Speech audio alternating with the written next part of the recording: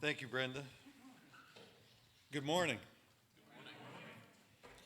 I'm Dale Johannesmeyer, an elder here at Scots Kirk, and on behalf of Pastor Jim Mitchell in the session of Scots Kirk, I welcome all who are here in person and all who are online worshiping with us this morning.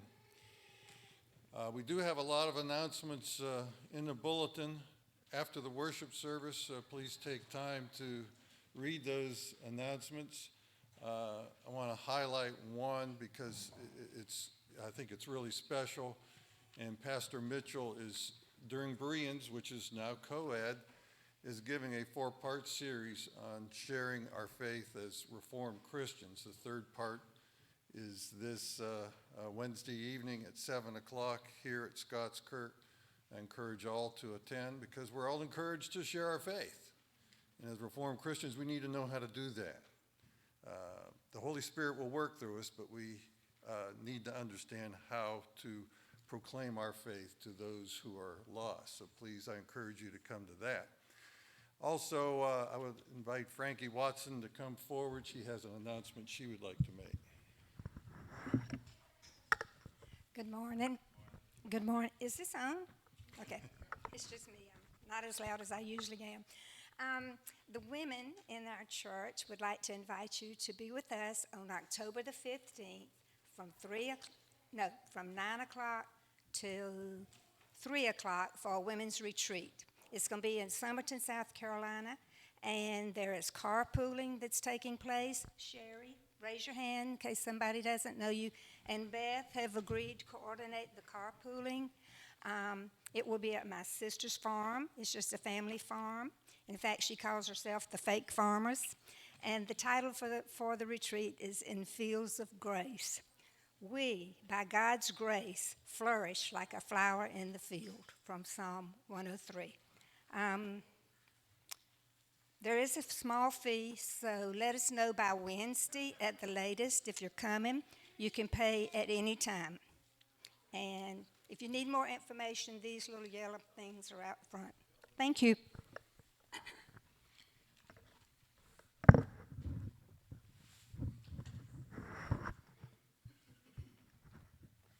Thank you, Frankie.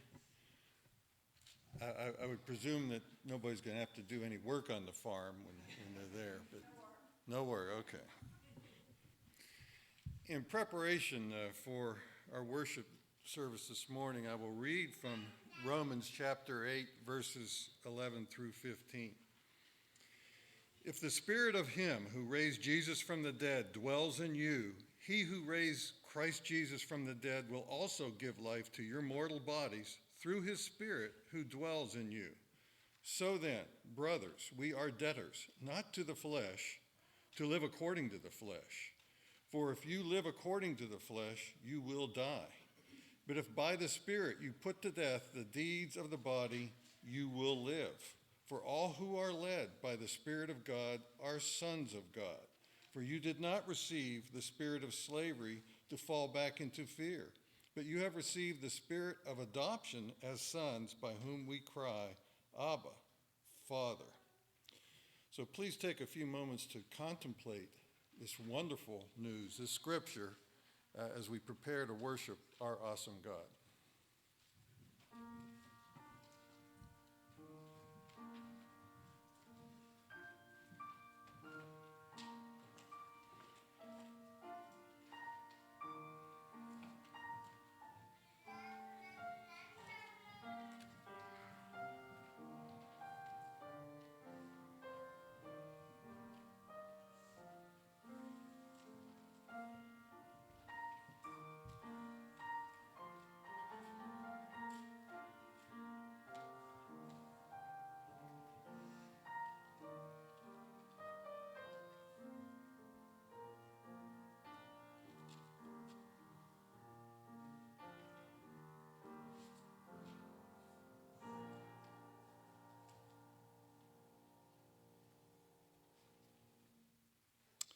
Our call to worship this morning is from 1 Peter chapter 1, verses 3 through 5. Blessed be the God and Father of our Lord Jesus Christ. According to his great mercy, he has caused us to be born again to a living hope through the resurrection of Jesus Christ from the dead, to an inheritance that is imperishable, undefiled, and unfading, kept in heaven for you, who by God's power are being guarded through faith for a salvation ready to be revealed in the last time. So let us begin our worship service today by standing and singing a hymn of rejoicing in our Lord and Savior Jesus Christ. Come, people of the risen King. It's in the blue notebook, page 18.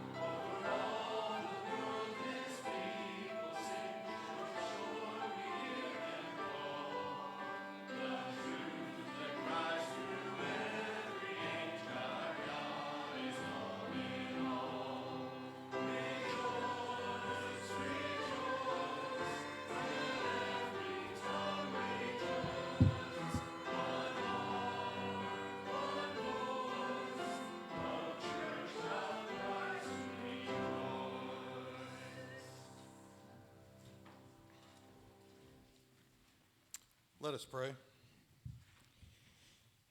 Heavenly Father, by the works of your hands and by the words of your mouth, you call all mankind to worship you.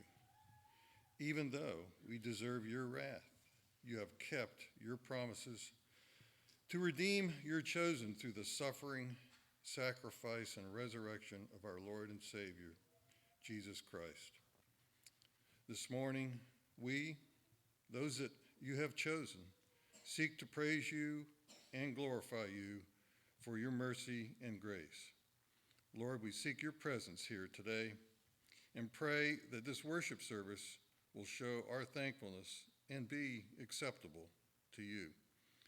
We ask this in the name of our glorious Savior, Jesus Christ, who taught his disciples to pray, saying, Our Father, who art in heaven, hallowed be thy name. Thy kingdom come, thy will be done, on earth as it is in heaven. Give us this day our daily bread, and forgive us our debts, as we forgive our debtors.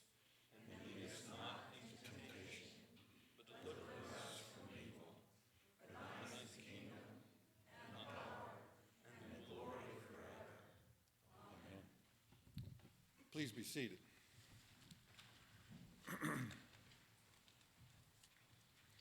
For our confession of sin this morning, let us read together the words as printed in your bulletin. We confess our Father that we do not live up to the family name. We are more ready to resent than to forgive, more ready to manipulate than to serve, more ready to fear than to love, more ready to keep our distance than to welcome, more ready to compete than to help. At the root of this behavior is mistrust. We do not love one another as we should, because we do not believe that you love us as you do. Forgive us our cold unbelief, and make more vivid to us the meaning and depth of your love at the cross. Show us what it cost you to give up your Son, that we might live as your sons and daughters. We ask this in the name of Jesus, our righteousness.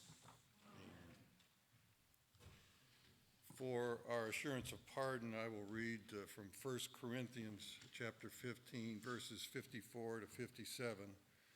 The verses I read will be actually the translation from the ESV, not as printed in your bulletin. When the perishable has been clothed with the imperishable, and the mortal with immortality, then the saying that is written will come true. Death has been swallowed up in victory. Where, O death, is your victory? Where, O death, is your sting? The sting of death is sin, and the power of sin is the law. But thanks be to God. He gives us the victory through our Lord Jesus Christ. Amen. Please stand for our confession of faith from the Heidelberg Catechism. It's question 57. I will read the question and we'll read the response together. What comfort does the resurrection of the body offer you? Not only shall my soul, after this life, immediately be taken up to Christ, my head, but also this my flesh, raised by the power of Christ, shall be reunited with my soul and made like Christ's glorious body. Please be seated.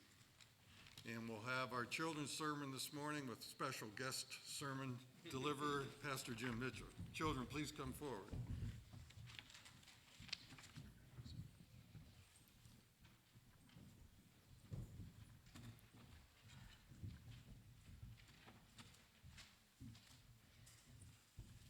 Good morning. When Jesus died on the cross, was that the end of the story? What happened after he died? What did they do with his body? They buried it in a tomb. You know what a tomb is? A tomb is like a grave, but is it below ground or above ground? Above ground. And how do they seal it shut? Do you remember? A big giant rock, a boulder. They roll a stone, takes a bunch of people to roll. They seal it. They posted a guard by it. And there were disciples of Jesus, women that came to the grave, the tomb where Jesus was buried after he was already under the power of death for 3 days. They came on Sunday morning. And what were they expecting to find? They were expecting to find Jesus in the grave still. But guess what happened? What Paxton said is true. Jesus was alive. The stone had been rolled away, and there was somebody in dazzling white apparel. Actually, 2 angels were there. And do you think the women were like, oh, or what else? How did they react? You think it would be kind of scary to see an angel? It's scary. They fell to the ground. They were so scared. But this angel said to them, remember what he said he was going to do. He was going to die so that your sins could be forgiven, but then on the 3rd day be raised again from the dead. And it's happened. The tomb was empty. Jesus wasn't there. And later, he's not only going to show himself to these women and other disciples, But over 500 people saw Jesus alive again after he had been dead for days. That's pretty amazing, isn't it? Because even back then, did they think that people just rose again from the dead? No, nobody's believed that ever, because that doesn't happen normally. But God did that to show that our sins really are forgiven. He forgave us by what Jesus did on the cross, and Jesus is victorious as he's raised to life again, just as he said he would. Let's pray and thank God for that. Father, we thank you for your word, for the comfort we have in knowing that our sins are forgiven, and that as Jesus lives, one day we will live with him forever in the new heavens and the new earth, and understand what it means to dwell with you in perfection. We look forward to that great day and pray for your guidance to be given to all these little ones as you grow them in the nurture and admonition of you. We pray in Jesus' name. Amen.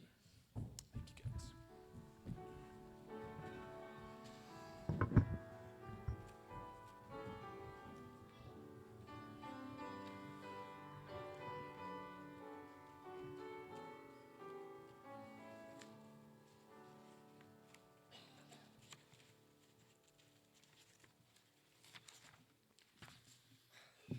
Thank you, Pastor. That was just a great summary of our faith that even a child can understand. We too will be resurrected with Jesus. Praise God for that. Our scripture reading this morning is from Hebrews, chapter 2, verses 1 through 18. And of course, Jesus Christ is central to the theology in Hebrews. These particular verses remind us that Jesus is the founder and perfecter of our faith. And also specifically that the Son of God had to suffer death for us, God's adopted sons and daughters. He did this on our behalf to free us from slavery of our sin and to fulfill the eternal plan of God. Hear the word of God. Therefore, we must pay much closer attention to what we have heard, lest we drift away from it. For since the message declared by angels proved to be reliable, and every transgression or disobedience received a just retribution, how shall we escape if we neglect such a great salvation? It was declared at first by the Lord, and it was attested to us by those who heard. While God also bore witness by signs and wonders and various miracles and by gifts of the Holy Spirit distributed according to his will. For it was not to angels that God subjected the world to come, of which we are speaking. It has been testified somewhere. What is man that you are mindful of him, or the Son of Man that you care for him? You made him for a little while lower than the angels. You have crowned him with glory and honor, putting everything in subjection under his feet. Now, in putting everything in subjection to him, he left nothing outside his control. At present, we do not yet see everything in subjection to him, but we see him who for a little while was made lower than the angels, namely Jesus, crowned with glory and honor because of the suffering of death, so that by the grace of God he might taste death for everyone. For it was fitting that he, for whom and by whom all things exist, in bringing many sons to glory, should make the founder of our salvation perfect through suffering. For he who sanctifies and those who are sanctified all have one source. That is why he is not ashamed to call them brothers, saying, I will tell of your name to my brothers. In the midst of the congregation I will sing your praise. And again, I will put my trust in him. And again, behold, I and the children God has given me. Since therefore the children share in flesh and blood, he himself likewise partook of the same things, that through death he might destroy the one who has the power of death, that is, the devil, and deliver all those who through fear of death were subject to lifelong slavery. For surely it is not angels that he helps, but he helps the offspring of Abraham. Therefore, he had to be made like his brothers in every respect, so that he might become a merciful and faithful high priest in the service of God, to make propitiation for the sins of the people. For because he himself has suffered when tempted, he is able to help those who are being tempted. The grass withers, the flower fades, but the word of our God will stand forever. Amen.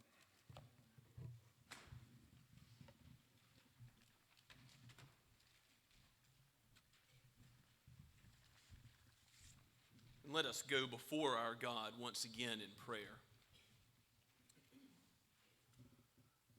Holy, holy, holy is the Lord God Almighty, who was and who is to come. The angels proclaim constantly in your presence, O Lord. And so we come today, not in our own merit or righteousness, but through the Lord Jesus Christ, the one mediator between God and man, that we would be heard by you, not for anything in us, but all because of his goodness and his righteousness.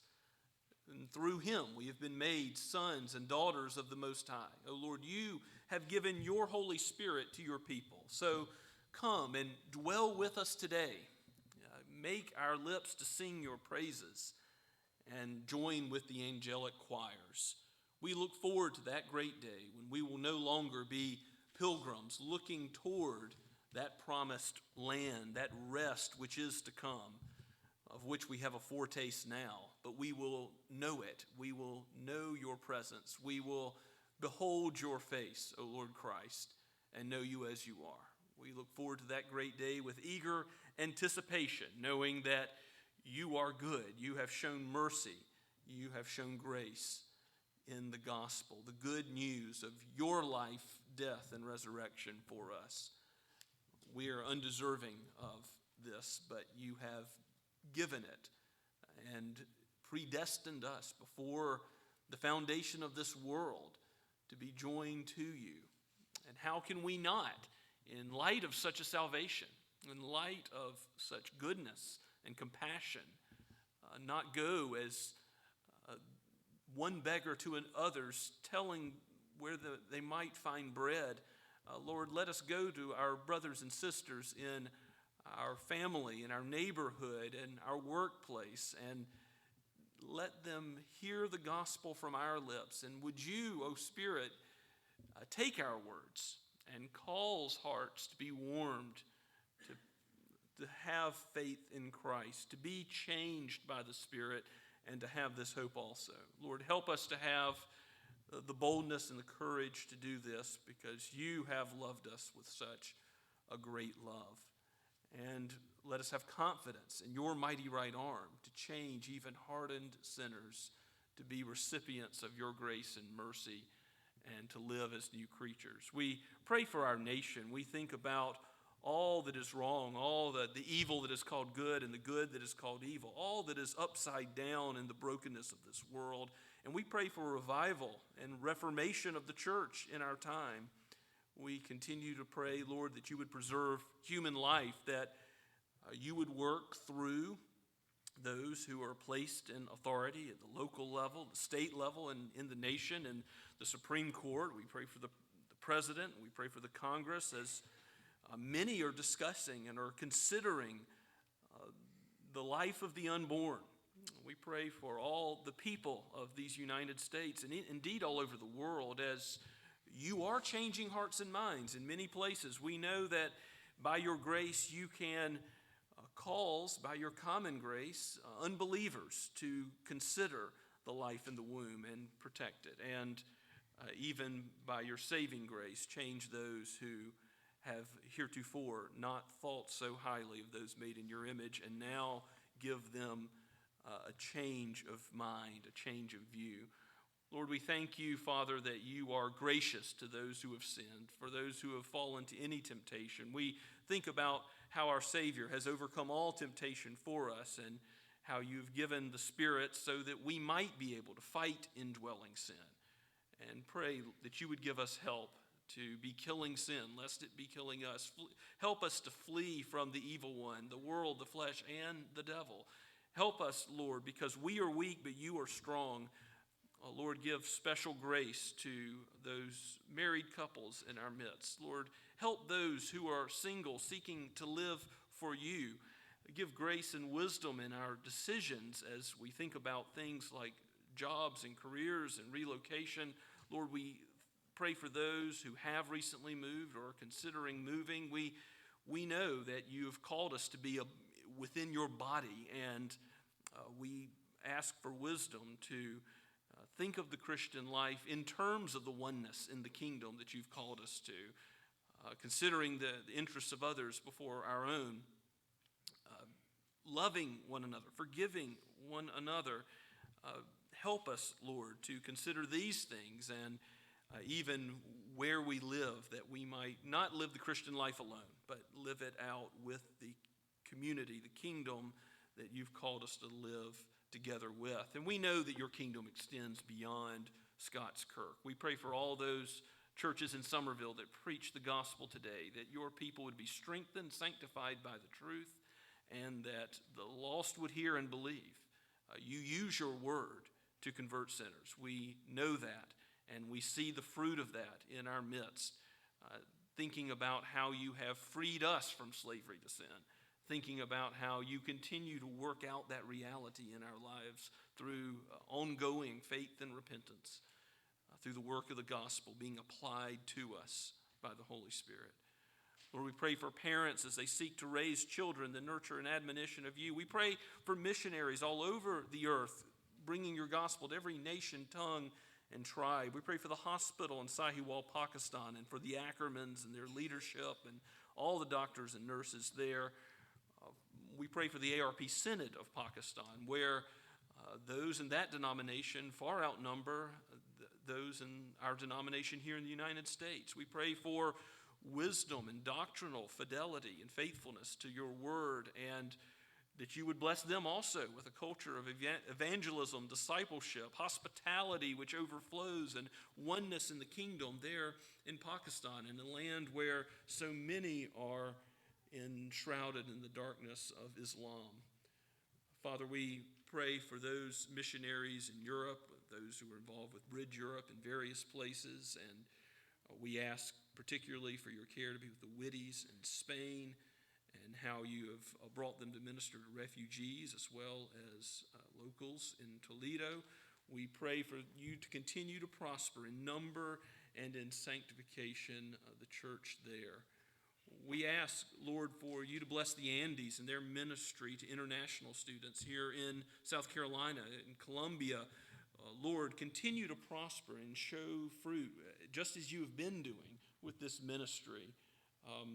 There are many questions on the minds of these students. There are many who have not yet heard the gospel explained, and as you give Scott Andes this opportunity, we pray that you would bless him and Victoria and their children, and throughout the challenges that they have been facing, Lord, you have given them great encouragement and hope, and we know that this is your hand at work. Continue to bring in all those who are your sheep. We pray for the Robelos also, Father, in this new ministry that you've called them to. We pray for Rebecca Carson in Germany, and we pray for the Goodmans in Wales. Lord, we ask your blessing to open up the field in Mexico again, to bring more ARPs to Turkey once more. We think about the testimony of Andrew Brunson, how you used him mightily and continue to do so. We thank you for him and his faithfulness even while in prison for the gospel. Lord, give us the courage to live and, if necessary, to die for the gospel. If persecution should come, make us faithful to the end. And if you would have us be so committed, give us the commitment to live our lives for you in every way that you have called us to this week.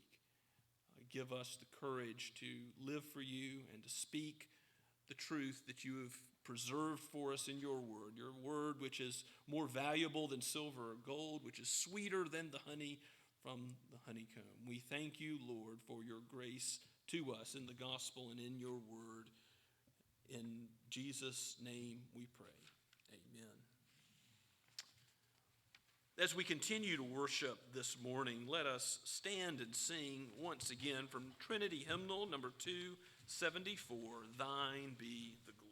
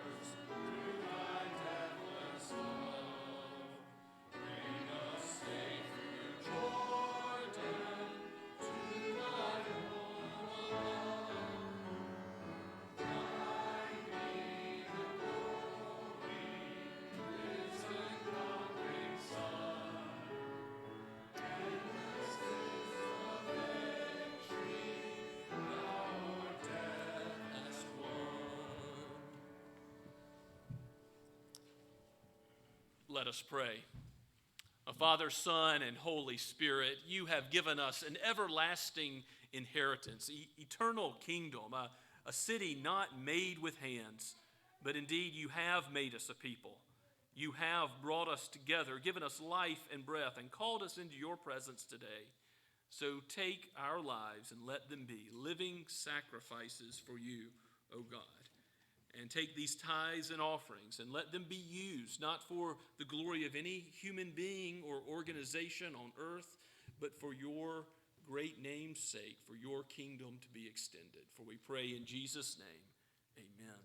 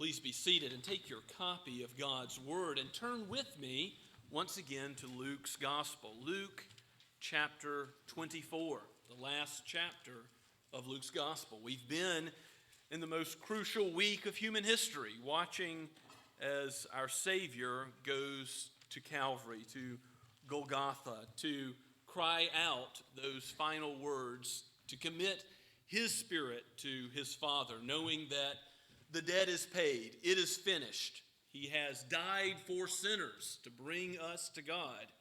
He has borne the wrath of God, been forsaken for our sake. And yet this is not where the story ends. Luke wants you to see that Jesus was on the cross, the only innocent man who died a substitutionary death, but that he was vindicated in the work that he's done. That by being raised to life again, by being risen from the dead, literally a human body that was dead and under the power of death for a time, being brought back to living, breathing existence, and indeed a new resurrection body, that he is given as the first fruits for us in the new heavens and the new earth. That this is our hope, to know that sin and its sting, death, have been vanquished, conquered, crushed in the work of Christ on the cross. So let us hear the good news of the gospel as it is about Christ's life, death, and resurrection from Luke 24, verses 1 through 12. This is penned by Luke the physician, who set out, as you remember, to write history, to tell us what happened with Jesus of Nazareth, but also breathed out by the Holy Spirit, so that by this word you might hear and believe. But on the first day of the week, at early dawn, they went to the tomb, taking the spices they had prepared, and they found the stone rolled away from the tomb. But when they went in, they did not find the body of the Lord Jesus. While they were perplexed about this, behold, two men stood by them in dazzling apparel. And as they were frightened and bowed their faces to the ground, the men said to them, "Why do you seek the living among the dead? He is not here, but has risen. Remember how he told you, while he was still in Galilee, that the Son of Man must be delivered into the hands of sinful men and be crucified, and on the third day rise." And they remembered his words, and returning from the tomb, they told all these things to the 11 and to all the rest. Now it was Mary Magdalene and Joanna and Mary, the mother of James, and the other women with them, who told these things to the apostles. But these words seemed to them an idle tale, and they did not believe them. But Peter rose and ran to the tomb. Stooping and looking in, he saw the linen cloths by themselves, and he went home marveling at what had happened. Let us pray and ask for God's help. Oh, Holy Lord, help us to behold wonderful things in your word. Take your word and write its truth upon our hearts, so that we might hear and not only marvel but believe and be changed and grow in Christ, who is the vine. We are the branches. Without him, we can do nothing. Oh, Christ, bless us as you have called us to be strengthened by your word. We pray in your resurrected and ascended name. Amen. As Luke takes us to the tomb, you must remember he is a historian. He doesn't give us an account that's just copied from the other three Gospels. In fact, if you look at all of the four Gospels, they all contain the story of Christ's resurrection, but it's a different account showing the interests and peculiarities of each writer and what they're trying to convey, and they don't try to get every detail exactly the same, and that's confused some people, like how many angels were there at the tomb? Well, Matthew and Mark say one. Luke and John say two. Is that a contradiction? Well, as a matter of fact, if you have one angel, you could also have two angels. It's not necessarily reported everything that's happened. Jesus himself is mentioned as being there at the tomb and speaking, saying greetings to those who found the empty tomb in some of the Gospels. But here in Luke, Jesus himself is not there when the women receive the news. The fact that it's women that go to the tomb itself is showing that Luke is seeking to be faithful to what actually happened, not just to give us a fanciful account of what would be most convincing. He doesn't put all the disciples there. He doesn't put the 11. Remember, Judas is gone here. So the 11 remaining disciples, he doesn't put them all at the tomb. He puts women who were looked down upon in that time as having unreliable testimony that wouldn't even be accepted in court. And yet, this is the case, that God used these women who were devoted to Christ. And even when all others had gone away and been scattered, they were there because of their love and devotion to him. But also, we have to admit, even they are surprised. Even they, in their love for Christ, still expected to find a dead body in the tomb. In fact, we see from Mark's gospel, in Mark 16:3, that they were asking questions like, how's the stone going to get rolled away? They're women, they can't roll away a stone, so that they might continue the process of anointing the body with spices. But they didn't know that the tomb had been not only a stone been rolled in place, but sealed and a guard posted. They didn't know how much they were up against. But from Matthew's gospel, we learn how it happened, that the stone was rolled away. We learned that there was a great earthquake and angels came to do God's bidding, and his bidding was to free his son from the jaws of death. They roll the stone away. One angel sits on it, we're told in Matthew's gospel. And this is on the first day of the week, Luke says in 24:1, Sunday, the day in which we worship now in the new covenant. From here on out, we worship according to the fourth commandment on the Lord's day, the first day of the week, because of the resurrection. This changes everything in the history of Christ's kingdom. So these women that found the stone rolled away, we're told in verse 2, they go in, they don't find the body, they find grave clothes neatly folded up. Now, I don't know if you know anything about the linen cloths that someone would be entombed in, but they couldn't be taken off by oneself. This again shows Christ's miraculous power, and that he, the Father and the Spirit, had all agreed from all eternity that he would give his life and take it up again. Through the power of the Trinity acting in concert and with the angelic host bearing witness, his grave clothes are neatly folded. And these two angelic witnesses, I want us to see that there are two, perhaps to meet the standards of the Mosaic law, and having two angelic witnesses as well as two human witnesses, two or more, to the resurrection of Christ. And they are called men in dazzling white apparel, a young man in Mark's gospel, it said. But clearly they are not just regular human beings. They are so scary that the women fall to the ground. And remember, angels don't accept worship. We see that in the book of Revelation, where worship God, worship him alone, is their cry. They always point to God's holiness, but they are sent to carry a holy message from God. In fact, the core of Luke's account here in these 12 verses is not that Jesus comes out of the tomb and Jesus has something to say. Again, we see that in the other Gospels.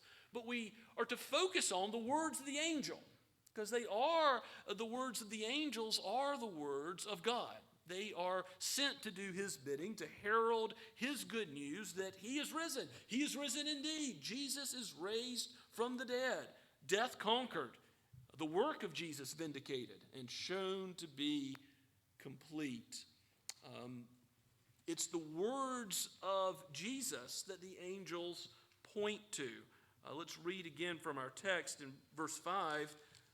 As they, the women, were frightened and bowed their faces to the ground, the men said to them, "Why do you seek the living?" That is Jesus, a dead man, come out of the tomb and alive again. "Why do you seek the living among the dead? Here at the grave. He is not here, but has risen.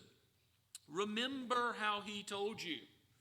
They're calling to mind the words of Jesus himself while he was still in Galilee, that the Son of Man must be delivered into the hands of sinful men and be crucified and on the third day rise. Remember how Luke has already gone through several times in chapter 9 and in chapter 18, showing us how Jesus proclaimed what he was going to do, that he was going to go to Jerusalem, that he was going to lay down his life as a ransom for many, that he was going to die and on the third day be raised to life again. What did the disciples think about that every time he said it? This won't happen. They didn't understand it. There was something about their faith that was incomplete. They saw him as a here and now Savior all too much. And it's only after the resurrection of the dead and as they process and by God's Spirit are given the eyes of faith to truly comprehend who Jesus is and what he has done according to his own word, that they really understand what his kingdom is all about. Yes, he must be delivered into the hands of sinful men, crucified, but that's not the end of the story. On the third day, he's raised again. And it says in verse 8, those wonderful words, "And they, the women, remembered his words." How did they remember his words? The Holy Spirit's operation.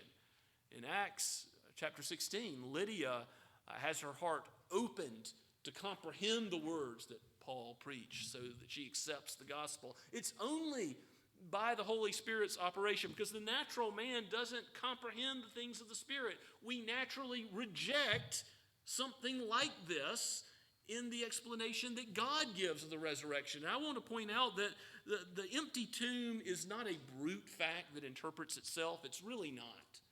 I remember when Jesus had said that if you don't believe Moses and the prophets, Luke chapter 16 at the end of the chapter, then neither will you believe if someone is to rise from the dead. Well, why not? The evidence is strong. It's compelling. There's no other explanation for it. I've got a quote from J.C. Ryle in your outline about just think through how only Christ being actually alive again makes sense. It's not that the evidence is not strong. People like C.S. Lewis, an atheist before he's converted, Chuck Colson, famous for his involvement in the Watergate scandal, Lee Strobel looks into, in a previous generation, Albert Henry Ross, the one who wrote Who Moved the Stone. And there's others. This is not a complete list. Many have looked into the resurrection, studied it, tried to disprove it, and say, I'm going to show how the evidence is really not that strong for the resurrection. And God ends up using his word to convert them, to make them disciples for Christ, convinced of the resurrection. But the point is, it's not the strength of the facts themselves that do this. It's God's Spirit working in hearts, because if we don't believe his word, the words of Christ, the words of the Bible, to tell us what the empty tomb is all about, we'll come up with any other explanation, anything else. There have been some who have proposed space aliens taking the body of Christ, as that's why you've got an empty tomb. And that's how far they'll reach. That's how far we'll reach. The natural man does not comprehend the things that are only spiritually discerned unless the Holy Spirit operates. So how do we remember today what's being taught? How do we draw to our minds the gospel of the Lord Jesus Christ, his life, death, and resurrection? Only by the Spirit's operation. Whether we apprehend this for the first time with faith and repentance and trust in him to dwell with him forever, or whether we have known him for a long time, it is only by the Holy Spirit that we will grow and be sanctified by his word. His word is truth. In it we have our hope. This is God's word preserved The historical accuracy of this account in Luke and the other Gospels obviously is important. The repetition in all the Gospels shows us that this is the core of the Gospel.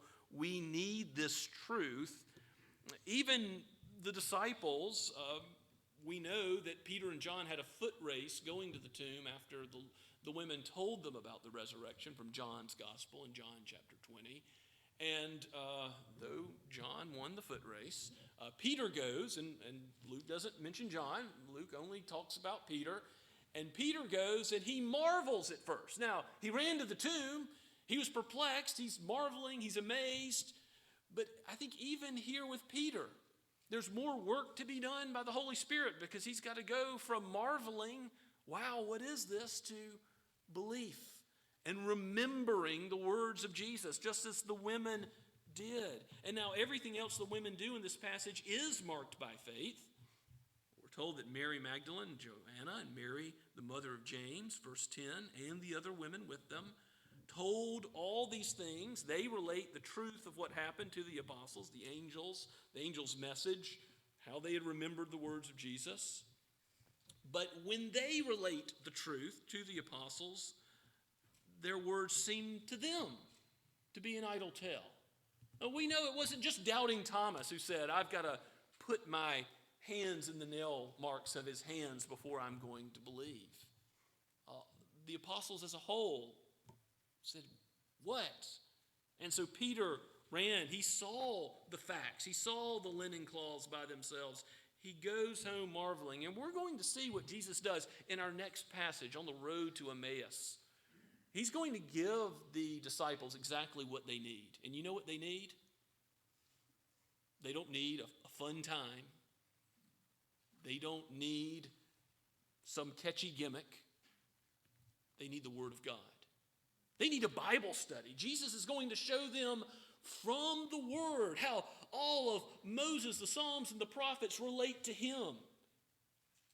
He's going to call to remembrance what Moses and the prophets wrote, what he himself said would happen. He's going to bring it all together so that they recognize him for who he is. And yes, they're going to see that he's got a resurrected body. He's going to show himself not only to Thomas, blessing those who don't see and believe, but also he's going to show himself to over 500 disciples. Paul says in 1 Corinthians 15 that he didn't just appear to the inner core of disciples, but to many.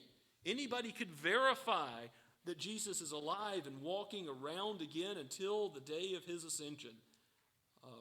Wonder of wonders that Jesus provided this much proof of his victory over death. And even then, he was not saying the greatest need was to see his physical body walking around.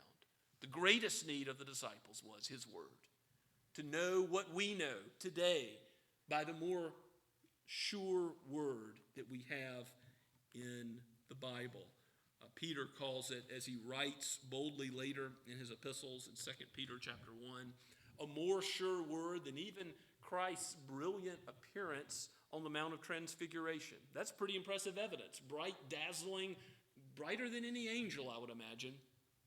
And yet, the word is more important, more sure than that physical appearance of God's glory and the Shekinah glow that was present then. What we need is God's word. And I want you to know, brothers and sisters, that if you are struggling in this life with confusion, you're not understanding everything that's going on in your experience, you're struggling with temptation, doubt, perhaps, like the disciples had upon hearing this news. You're struggling with God's word and making sense of some part of it. You're struggling with trials and illness and sickness and why certain providences have come your way. What you need more than anything else, more than hearing God's voice boom from the sky or him to show himself to you in a physical sign, what you need is his certain word. What you need is what you depend on more than food. You live not by bread alone, but by every word that proceeds out of the mouth of God. This is what Jesus himself depended on when he was in the wilderness and he was facing temptation. And Satan was trying to confuse him. he points us to our consolation, the one who puts everything into perspective and makes sense out of what is so often our own feelings being fallen, our own thinking being fallen. Trust in the Lord, and in all your ways acknowledge him. Do not rely on your own understanding, but look to his word to give you perspective. The women, as they go and are the heralds of the gospel, I think we must commend them for being heralds, and also ask, Lord, how have you called us to be heralds? Because it's the same gospel of Christ, life, death, and resurrection. We're called to herald in our neighborhoods, in our workplaces, and amongst our family members. We're talking about that on Wednesday night. How do we have that conversation with family members, with people we might see for a few seconds in a store, with people that we have an opportunity to interact with, but maybe we're not sure how in our neighborhood? How do we pray for and ask for wisdom to deal with these situations? Well, one thing is just be convinced of the gospel, that it's true. Jesus did not just live in these women's hearts. He wasn't just an inspiration to them. He really was dead and got up again and lived. And because of that, they're absolutely convinced they must tell others. And so they tell the apostles. The apostles, in turn, get boldness and courage to tell the whole world. We're going to see how Peter, he was marveling now, but later in the book of Acts, Peter is bold. Peter is strengthened. What Jesus does in restoring him to service is mighty, because you read Acts chapter 2 and how Peter preaches on the day of Pentecost, and you see just what God does through him. You read his epistles later, and you see just what God does through this man who is not fully getting it yet. And you see that God will take feeble jars of clay, and because it's his word at work, it's his spirit at work through the word, it's sharper than any two-edged sword. It's not about the human gifts or ability, but it's about the strength of God and his mighty right arm. It's about God working through his word. It gives us confidence to speak something of the gospel. Maybe not a full gospel presentation every time we see somebody who doesn't know Christ, but to give them some perspective of the hope that Christianity offers. They have problems, they have struggles, they have doubts, they have temptations just as we do. And to give them some indication of how Christianity makes it all different, about how the resurrection of Christ changes everything. It gives an eternal hope that can't be taken away, how nothing can separate us from his love. That is the hope indeed of the gospel. And I also want to point out that we'll see this as we move through the end of Luke's gospel, that Jesus is going to, in his physical body, eat a piece of fish. Why does Luke record things like that? Because his body is raised. He's not just a spirit. He's not just someone who seemed to be a human. He really was a human. He was the God-man, and he is the God-man today at the Father's right hand. He will always continue to be fully God and fully man, having all the essential properties of divinity and all the essential properties of humanity. And of course, that doesn't include sin. Adam was a human being in the garden before he ever sinned. And so Christ, even though he was tempted in every way as we are, he was without sin. And as the God-man, his body and soul are given life again. So he is completely redeemed. Everything that God made good, he's going to redeem good. That's where we're going to go next after Luke, is to the book of Genesis and look at creation of Adam out of dust. And it's the dust of the earth that is on the throne. It is Adam's race that's redeemed fully and completely, including body and soul. We're not going to ultimately be spirits disconnected from our bodies. We will, in the new heavens and new earth, have a body like Christ. And Paul goes into great detail in 1 Corinthians 15 to explain Christ is the first fruits, and we will follow. We read in our confession of faith earlier in this service from the Heidelberg Catechism, question 57. What comfort does the resurrection of the body offer you? And of course, that's meant to explain the Apostles' Creed. I believe in the resurrection of the body. We don't only believe in the resurrection of Christ's body, we do. He is risen, but we also believe that our bodies will be raised at the last day by him. Not only shall my soul after this life be immediately taken up to Christ, okay, that's the soul, the spirit, my head, but also this my flesh, raised by the power of Christ, shall be reunited with my soul and made like Christ's glorious body. Now we notice that some of the disciples also are not going to recognize Jesus right away. His body is definitely like his old body before his death, but it's new in some ways. It's perfect. I can't imagine what a resurrection body will be like, where we no longer have any allergies, any pains, any aches. We'll have a perfect existence for God, with God forever, beholding the face of our Savior bodily.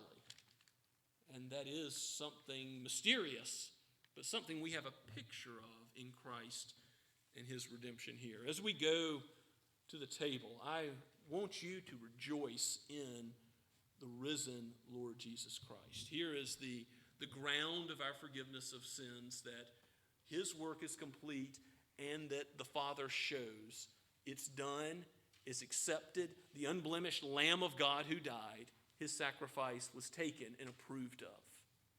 And so you can know that as you come to the broken body of Christ, the poured out blood of Christ represented in the common elements, you can know that just as surely as you eat these physical tokens, that Christ has died for you. That without a doubt, he is risen and your sins are forgiven. This is the good news to herald all of our lives until he takes us to be with himself, where we will no longer see through a glass darkly, but see him face to face. Let's pray together. Oh Lord, help our faith. We believe. Help our unbelief. Indeed, you are risen and you are victorious over sin, all our sin. Though our hearts are desperately wicked, you are exceedingly righteous.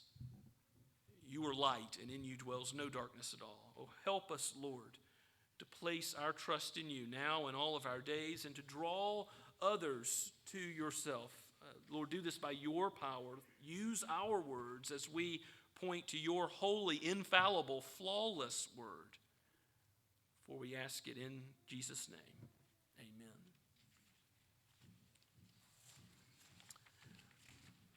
Let's stand and prepare for the Lord's table, as well as respond to God's word now with Blue Book number 21, Jesus is Lord.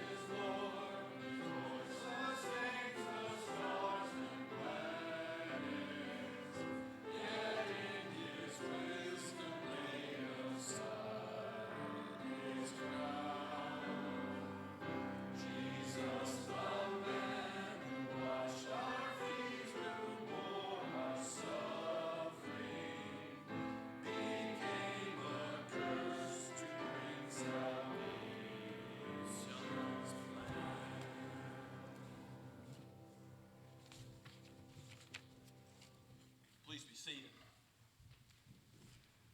As we come to the table, I remind you, as I always do, this is not the table of Scots Kirk Presbyterian. This is the table of the Lord Jesus Christ. He has called us to partake of this meal until he comes again. until that resurrection of the dead, of our bodies being redeemed, is a reality. So as we look to him by faith, we recognize that this is a meal that shows many things. Our connection to Christ, what he did, but it also shows our oneness in him, that we're called to be one, and as his people, live out the Christian life together. So think about what he's done and who he's called us to be right now, both as we partake of these elements, of his broken body and his poured out blood. Now the scriptures remind us that this is not a meal for those who don't discern the body and blood of Christ. Of course, the common elements stay common elements. They don't change into anything else. And yet they do have a holy use. Just as God uses his word, he uses these elements to teach us and grow us in the faith so that we remember Christ and what he's done, and that we see with the eyes of faith how certainly we are forgiven if we trust in him. So, if you haven't yet trusted in Christ, please don't partake yet, and so eat and drink judgment on yourself, the apostle says.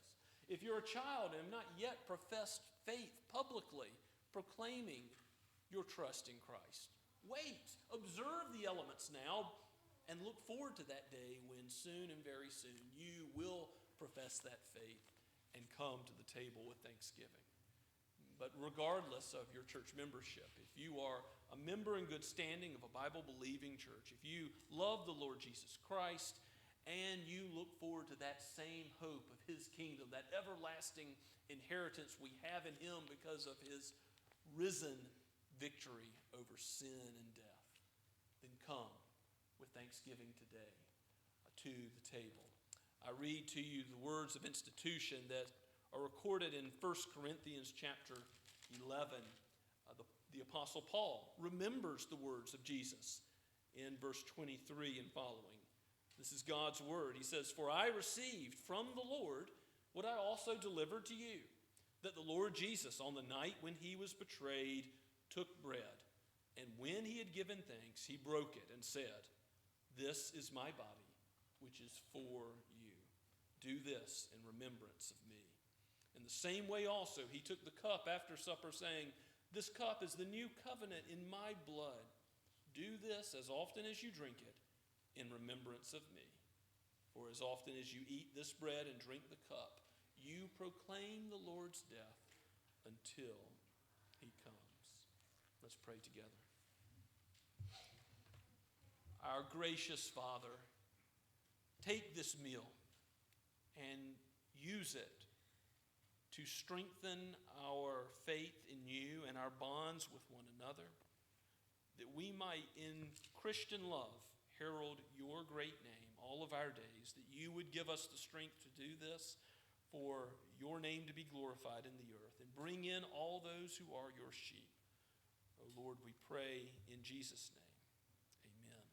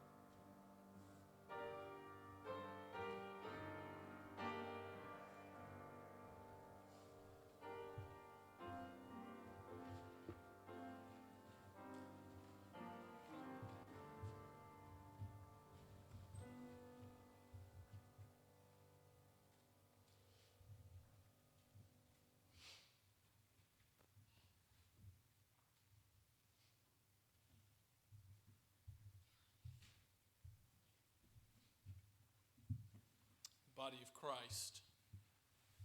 This is Jesus' love for you, that his body was broken, so that you might depend on his words of eternal life, now and forever, that you might depend on him for fellowship with God. Eat and be thankful.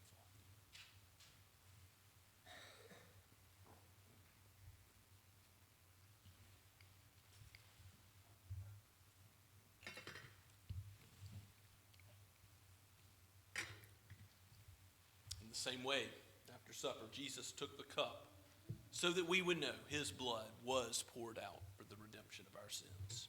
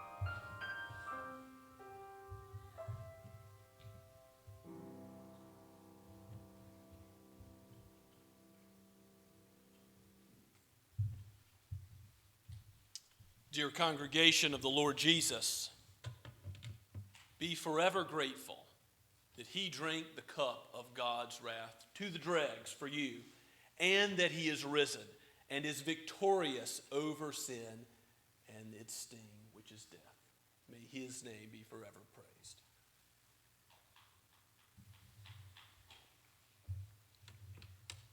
Let us pray together.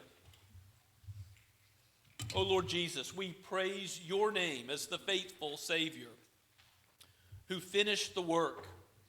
And, O Father, as the one who gave up the beloved Son. And, O Spirit, in agreement with this plan from eternity past, we praise you for your wisdom.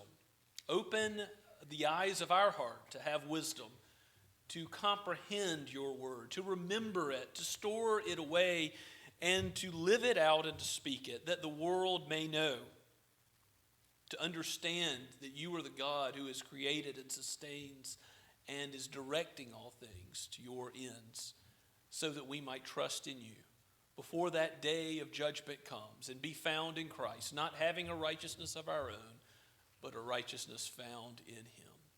For we pray all this in Jesus' name. Amen. And let us stand for the final two stanzas of our Blue Book song.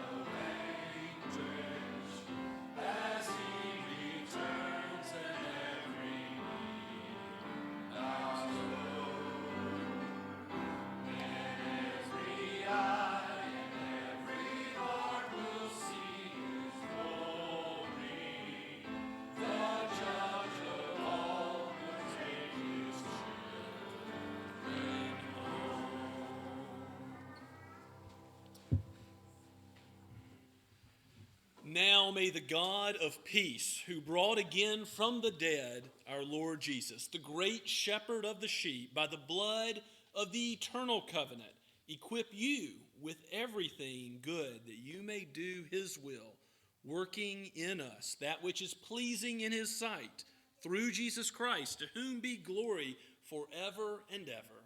Amen.